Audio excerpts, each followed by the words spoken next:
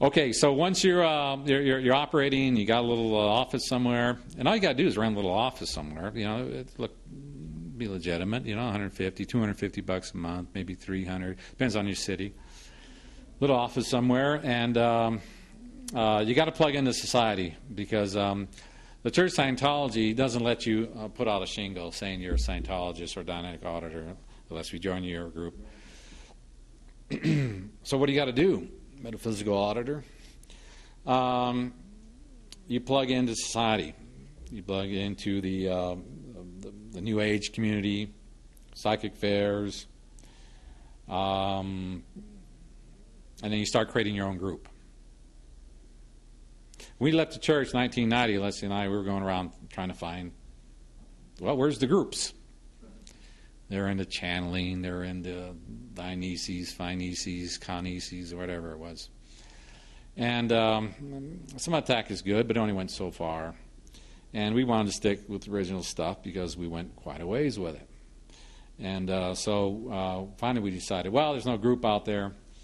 Because by the time we got out, a lot of guys that got out in the 80s, they had their groups, they got everybody up to OT7 knots, and then they disappeared.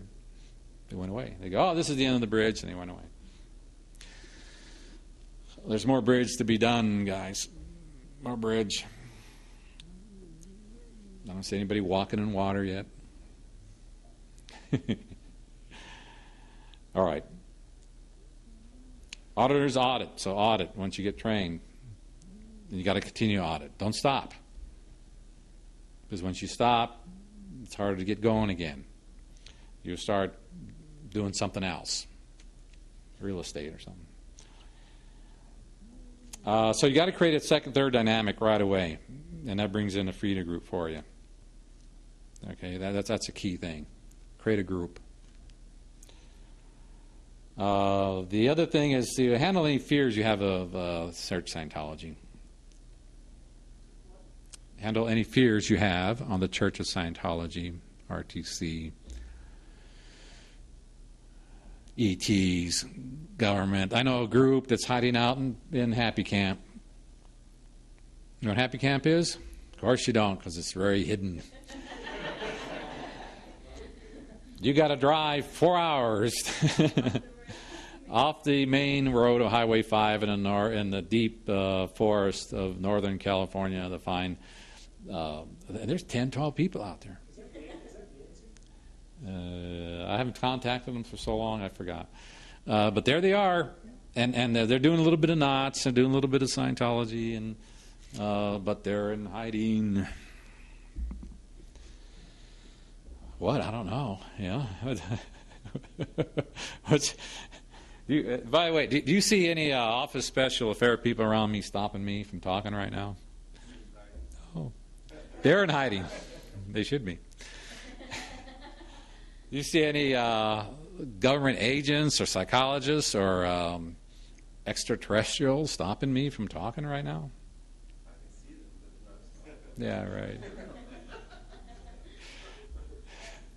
It's okay. It's safe. That's why our model is for the LOs. Is that what's the model? Do you remember?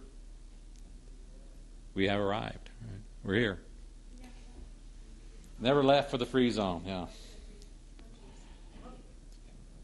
Okay, so don't be afraid to get too big. You're going to get as big. I used to do a lot of business consulting, and a lot of times we came down to the guy came in, he says, this is my problem, and my wife comes in, or I got a suppressive on my front desk, and I would take the psychiatrist, not psychiatrist, but chiropractor or wherever he was. Yeah, we go sit him in the back room, pick up the cans, and we just give him a session. Stats will go up next day. You're going to hold down your own. It comes down to him, right? It's come down to you. Your center or your practice to get as big as you are, the biggest you can have it. So who was really holding down that particular chiropractor's office was, of course, him himself. See? He was just using his wife as an excuse. See? Maybe his wife was stimulating the case, but if you handle the case, The stats went up. See? So if your practice isn't really going, then you better get some more sessions. That's all I'm saying. I learned that by experience. The more sessions I got, the bigger my practice got. Same with any kind of job you have or any kind of business you have. It's going to get as big as you can have it, as big as you are able to create it, because you're all creators. I don't see any destructive people in here that are going to destroy things.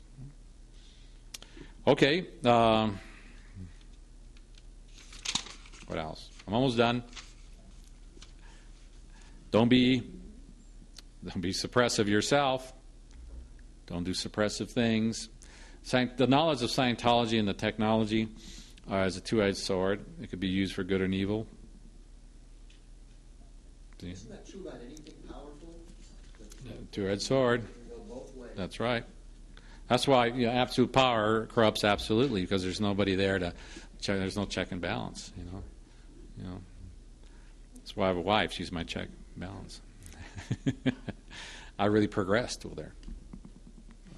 My practice went so far. Hooked up with another auditor. She's a class 4 intern at the age of 24. I thought that was pretty good for someone. I got to marry this one. Hook up with other auditors. If you're going to have a partnership, the guy's got to be an auditor. One of my best auditors who audits me is my wife. But didn't you just say that husband and wife things don't work? We don't have a 2D case. Gotcha. 2D case. I've had friends who've killed each other. Literally. Because they're 2D case. It's very powerful. You can get very insane in 2D. 2D games, jealousies, and all that crap. Whew. So it's safe to say that you got your 2D case handled not by auditing each other on it, but by both going somewhere else to get individually handled. Yeah, at a certain point, we got auditing, right? Then at a certain point, of course, when she left the church, I was a little higher than her on the bridge, so I helped her get up, right? At first, it's like, I don't want to say that because you might think less of me. Yeah. See? Well, I had no CI or problem with that. See? Kept your TRs in. Right? Able to experience it. 2 rules of happy living. Boom. The other person comes up. Then at a certain place, you're creative. You're creating 2D. It becomes a creation. And to see, a lot of people ask, well, I've been married 21 years. 21 years, right? 21. You always ask the wife. I was been married 21 years. Why? People ask me. That's a rarity in this society these days. Most people marry 2, 3, maybe 5 years, and they go on to the next one. The average person in the USA gets married 3 times. Well, this is my second marriage. I don't want a third one. See, I decided that. See? So there used to be a 2D rundown that Rocky Stump had. Remember Rocky Stump? Yeah, you remember Rocky Stump. Yeah. See, I'm not that old. And, of course, when he got kicked out of the church, there goes the rundown. But people loved it. And it was using the tech on the second dynamic, coming up with items or whatever, L&N items and different things he did. You can even run Dianetics. And we did a lot of that work, right? And she did it on me. You got to get that 2D case handled. How are you going to operate on a third dynamic if your 2D's messed up? You got problems, you're always fighting, da-da-da. There's a second dynamic. Where? In my book. In your book? Great.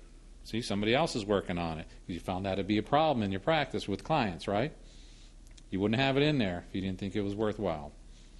Is that true to say? Absolutely.